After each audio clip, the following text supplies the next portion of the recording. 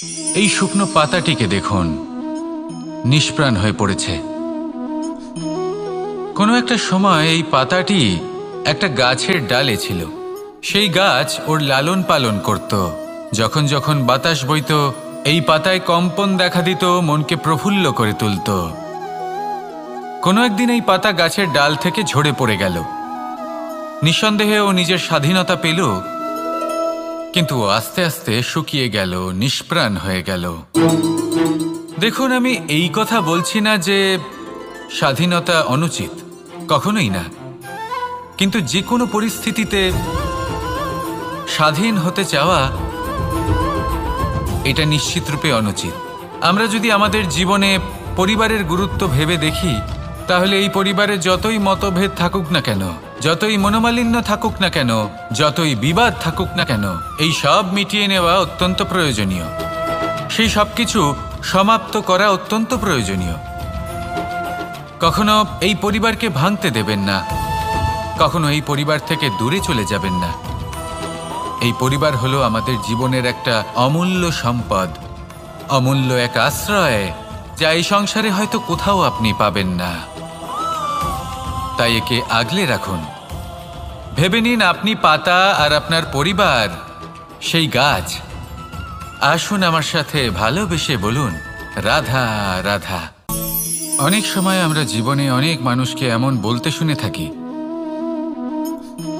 যে আমি অসফল হয়েছি কারণ আমার সময় ভালো যাচ্ছিল না।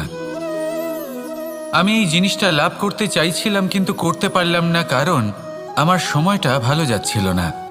আমি আমার জীবনে ওই মহান কাজটা করতে চাইছিলাম কিন্তু করতে পারলাম না। কেন? কারণ আমার সময়টা ভালো যাচ্ছিল না।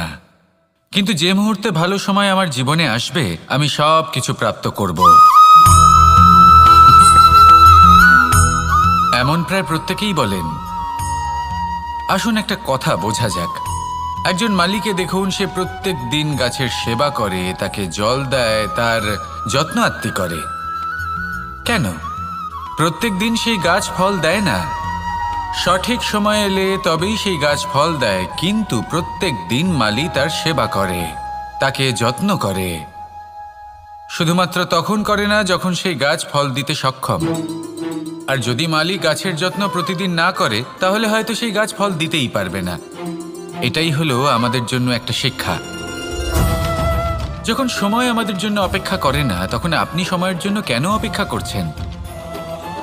ভালো সময়ের জন্য অপেক্ষা করবেন না। ভালো এবং শুভ কর্ম দ্বারা ভালো সময়কে নিজের কাছে টেনে আনুন। নিরন্তর কর্ম করুন, পরিশ্রম করতে থাকুন। শুভ সময় আপনা থেকেই আপনার কাছে আসবে। আসুন আমার সাথে ভালোবেসে বলুন, রাধা রাধা।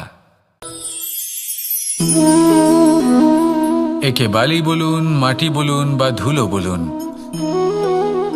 এ দিয়ে কত কিছু করা সম্ভব। এ দিয়ে আপনি নিজের বাসস্থান নির্মাণ করতে পারেন, প্রাচীর গড়ে তুলতে পারেন, অট্টালিকা নির্মাণ করতে পারেন। কিন্তু যদি এই বালিকে আপনি মুষ্টিবদ্ধ করে রাখতে চান, তাহলে তা হাত থেকে ফসকে যাবে। আপনি কখনোই একে মুষ্টিবদ্ধ করতে পারবেন না। এরকমই হয় আমাদের জীবন, আর এরকমই হয় সময়। এই মুষ্টিবদ্ধ করা বালির মতো। সময়কে আমরা বাধা দিতে পারবো না, আটকেও রাখতে পারবো না। এ হলো প্রবাহমান। জন্ম থেকে মৃত্যু পর্যন্ত এই যে সময়, তা খুবই সীমিত। আর এই সময় আমরা যেটাই করি তার দ্বারাই আমাদের মূল্য নির্ধারিত হয়। আর এই সংসার থেকে চলে যাওয়ার পরেও এই সংসার এই সব কর্মের জন্যই আমাদের মনে রাখে। তাই যদি আপনি এটা ভাবেন যে আজ যে কর্ম করার ছিল আমি না হয় কাল করে নেব, কাল আমার লক্ষ্যে পৌঁছানোর কথা ছিল আমি পরশু পৌঁছব, না, এই সময় খুব মূল্যবান, একে নষ্ট করবেন না। এই সময়কে সদ্ব্যবহার করুন, মহান হবার পথে অগ্রসর হন। একে যদি মুষ্টিবদ্ধ করে রাখার চেষ্টা করেন, এই সময় থেমে থাকবে না। আসুন আমার সাথে ভালোবেসে বলুন, রাধা রাধা। আমাদের জীবনে অনেক ধরনের ব্যক্তি এসে থাকেন। কেউ কেউ আমাদের সাথে থেকে যান, কেউ আমাদের থেকে দূরে চলে যান। কেউ ভালো মানুষ হন, কেউ খারাপ মানুষ। কিন্তু আমরা সবসময় সেই সময়টাকে নিয়ে দুঃখ প্রকাশ করি যখন আমাদের জীবনে কোনো খারাপ ব্যক্তি প্রবেশ করেন। তারা আমাদের খারাপ অনুভূতি দেন, দুঃখ দেন, কষ্ট দেন। আমরা সবাই তাকে ভালো মন্দ কথা বলি। কিন্তু কেন? এমন বিভিন্ন ধরনের মানুষ, খারাপ মানুষ, ভালো মানুষ সবার জীবনেই আসেন এবং সকলকেই একটা অমূল্য শিক্ষা দান করে যান। এবার আপনি নিজেই ভেবে দেখুন, জীবনে যখন প্রথমবার আপনি আগুন স্পর্শ করেছিলেন তখন আপনি একটা শিক্ষা লাভ করেছিলেন যে আমাকে আগুনের থেকে একটু দূরে থাকতে হবে। তারপর আস্তে আস্তে আপনি শিখলেন যে কিভাবে এই আগুনকে নিয়ন্ত্রণে রাখতে হবে। তারপর আপনি শিখলেন যে কিভাবে নিজের জীবনে তাকে প্রয়োগ করতে হবে, তা সে অন্ধকারে প্রকাশ লাভ করার জন্য হোক বা খাবার বানানোর জন্য। সেইভাবেই কোনো খারাপ ব্যক্তি যখন আপনার জীবনে আসে কোনো শিক্ষা দিয়ে যান, তার প্রতি কৃতজ্ঞ থাকুন। তার বিষয় খারাপ ভাবার বা খারাপ অনুভূতি নিয়ে থাকার কোনো প্রয়োজন নেই। সেই শিক্ষা লাভ করুন, ইতিবাচক মনোভাব নিয়ে জীবনের সামনে এগোতে থাকুন। কেউ নেই যিনি আপনাকে বাধা দিতে পারেন। আসুন আমার সাথে ভালোবেসে বলুন, রাধা রাধা।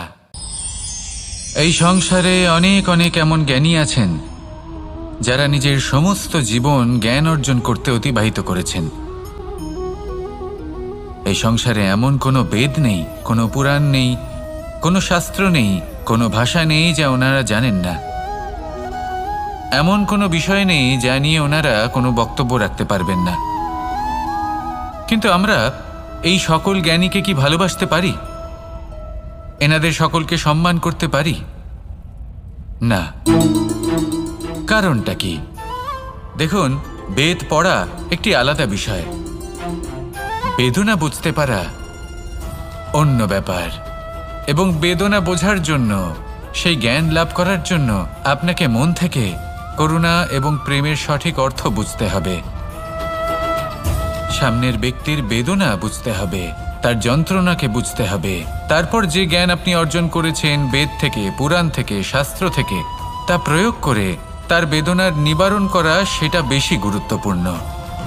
সেই জন্য জীবনে শুধুমাত্র শাস্ত্র এবং বেদ পড়ে জ্ঞান অর্জন করতে সময় নষ্ট করবেন না। মন থেকে প্রেমের কি অর্থ সেই বিষয়ে জ্ঞান লাভ করার চেষ্টা করুন। করুণাও বুঝতে চেষ্টা করুন। একজন শ্রেষ্ঠ ব্যক্তি হয়ে উঠুন আর আমার সাথে ভালোবেসে বলুন, রাধা রাধা। একটি হাতির শরীরে কত বল থাকতে পারে সেটা আমরা সবাই জানি। একটা প্রহারেই বিশালাকার প্রাচীর ভেঙে পড়তে পারে। কিন্তু সেটা তখন হয় যখন সেই হাতির নিজের শক্তির বিষয়ে কোনো ধারণা থাকে।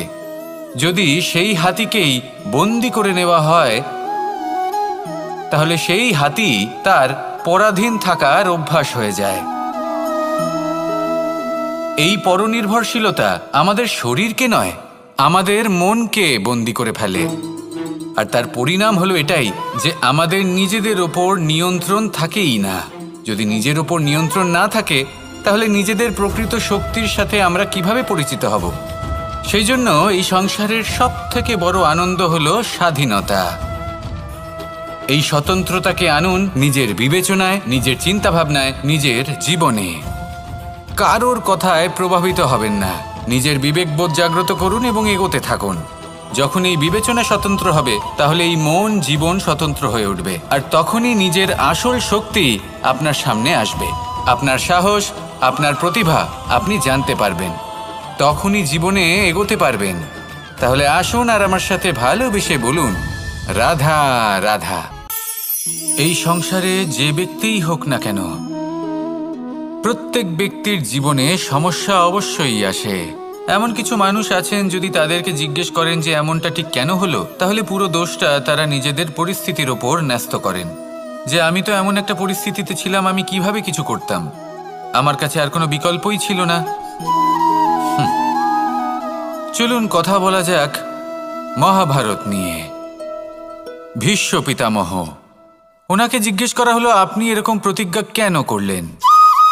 উনি বললেন যে আমি পরিস্থিতির অধীন হয়ে পড়েছিলাম, সেই জন্য। এই প্রশ্নটাই যখন অর্জুনকে করা হলো তখন অন্য একটি দিক প্রস্ফুটিত হলো। অর্জুন নিজের পরিস্থিতির কারণে জীবনে কখনোই বাধা পড়েননি। তিনি সিদ্ধান্ত নিয়েছিলেন সংঘর্ষ করার, সংসারের নিয়মের বিরুদ্ধাচারণ করার। এই সংসারে আপনি যা কিছুই হয়ে উঠতে পারেন তার সমগ্র শ্রেয় শুধুমাত্র আপনার পরিস্থিতির ওপর চাপিয়ে দেওয়া যায় না। সেটা নির্বাচনের উপর নির্ভরশীল যে সেই পরিস্থিতিতে আপনি কি নির্বাচন করেছেন। যদি সেই মুহূর্তে ভীষ্ম পিতামহ স্থিরতার সিদ্ধান্ত নিতেন, বিশ্লেষণ করার সিদ্ধান্ত নিতেন যে কি উচিত কি অনুচিত, কারা ধর্মের পক্ষে কারা ধর্মের বিপক্ষে, যদি শুধুমাত্র অস্ত্র হাতে ধৃতরাষ্ট্র এবং দুর্যোধনের বিরোধিতা করতেন, যদি শুধু এটুকু করতেন, তাহলে মহাভারতের মতো মহাযুদ্ধ কখনোই হতো না। সমস্যা সবার জীবনেই আসে, কঠিন পরিস্থিতিও সকলের জীবনে আসে। সেই ব্যক্তি এগিয়ে যেতে পারেন যিনি শ্রেষ্ঠ নির্বাচন করার ক্ষমতা রাখেন।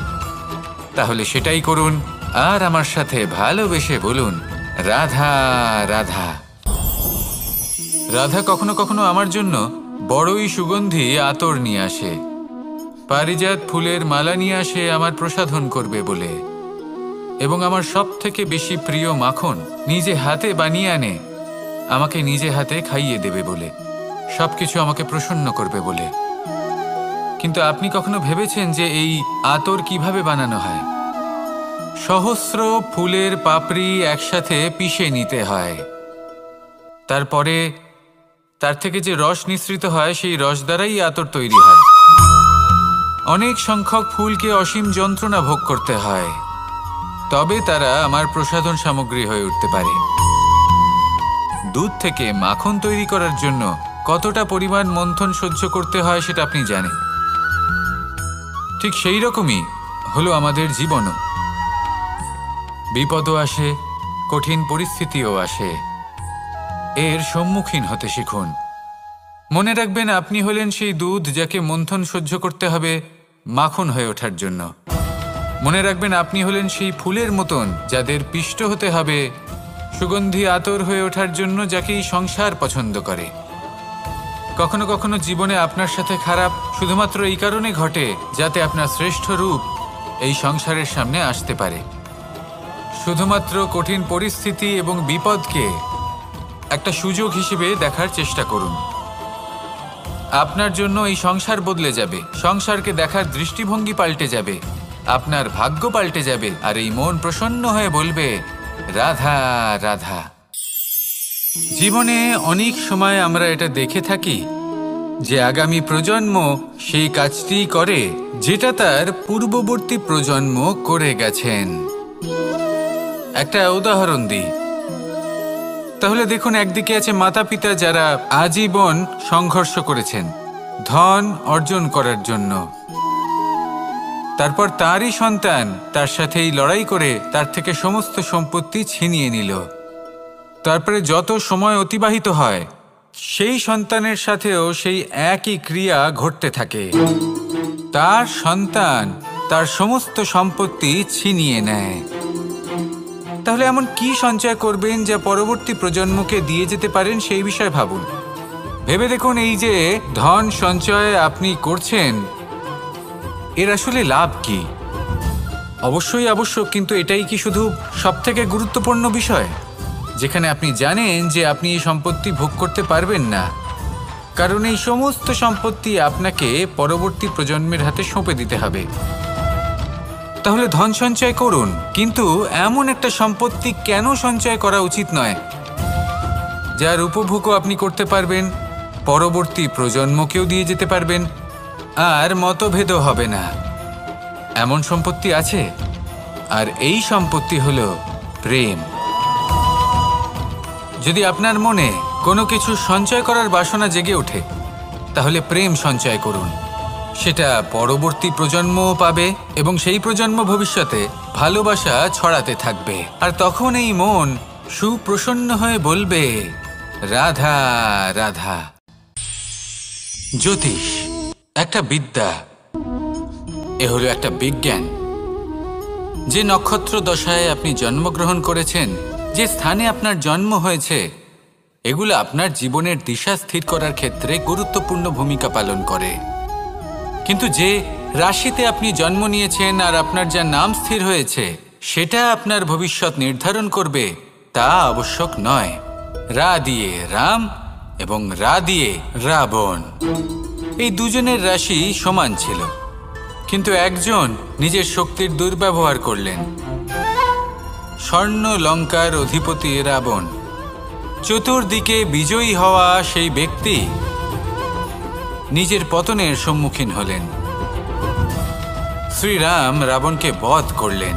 শ্রীরাম, যিনি নিজের কর্ম দ্বারা, নিজের পরিশ্রম দ্বারা ঈশ্বর উপাধি লাভ করেছিলেন, 14 বছরের বনবাস ভোগ করলেন, আর যখন বিপদে পড়লেন তখনও নিজের রাজ্যের সাহায্য নিলেন না। বনের মধ্যে নিজে বানর এবং ভাল্লুকদের নিয়ে একটি সেনাবাহিনী গড়ে তুললেন এবং রাবণকে তার কুকর্মের শাস্তি দিলেন। তাই সর্বদা এটা মনে রাখবেন, আপনার খ্যাতি, আপনার ভবিষ্যৎ আপনার কর্ম নির্ধারণ করে, আপনার রাশি নয়। তাই সবসময় শ্রেষ্ঠ কর্ম করুন আর আমার সাথে ভালোবেসে বলুন, রাধা রাধা। আমাদের সকলের কাছে বৃক্ষ অত্যন্ত প্রিয়। আমরা সর্বদাই চাই এই বৃক্ষ যেন সবুজ থাকে, ফুলে ফলে ভরে থাকে, আমাদের ছায়া প্রদান করে, তা যেন সুস্থ থাকে, আমাদের ফল প্রদান করে। আর সেই জন্য আমরা প্রতিদিন সেই বৃক্ষকে জল প্রদান করি। কিন্তু কখনো ভেবে দেখেছেন যে জল তো আমরা বৃক্ষের গোড়ায় দিই, তারপরেও এই জল সেই বৃক্ষের প্রত্যেকটি পাতায় ঠিক পৌঁছে যায়? এটা কিভাবে সম্ভব? কিছুটা এরকমই হলো আমাদের কর্ম। যদি এই পৃথিবীতে থেকে শুদ্ধ মনে সৎকর্ম করেন, এই কর্ম সোজা ঈশ্বরের কাছে গিয়ে পৌঁছয়। যদি শ্রদ্ধাভাব নিয়ে সমর্পিত হয়ে শুদ্ধ চিত্তে আপনি কাউকে সেবা করেন, তা সে মাতা পিতাই হোক, পরিবার হোক, গুরু হোক, পশুপক্ষী হোক বা সমাজ হোক, তাহলে সেটা সোজা ঈশ্বরের চরণে সমর্পিত হয়। সবসময় সবসময় শুদ্ধ চিত্তে সমর্পিত হয়ে এবং মনে শ্রদ্ধা ভাব নিয়ে কর্ম করুন। ঈশ্বর নিজে থেকেই এর ফল আপনাকে প্রদান করবেন। আসুন আমার সাথে ভালোবেসে বলুন, রাধা রাধা। আশা এবং বিশ্বাস মানুষের জীবনের দুই অমূল্য স্তম্ভ। এটাই হলো ঢাল এবং এটাই হলো অস্ত্র। এটাই আমাদের রক্ষা করে এবং এটাই আমাদের জীবনের পথ প্রশস্ত করে। কিন্তু ছোট একটা সমস্যা আছে।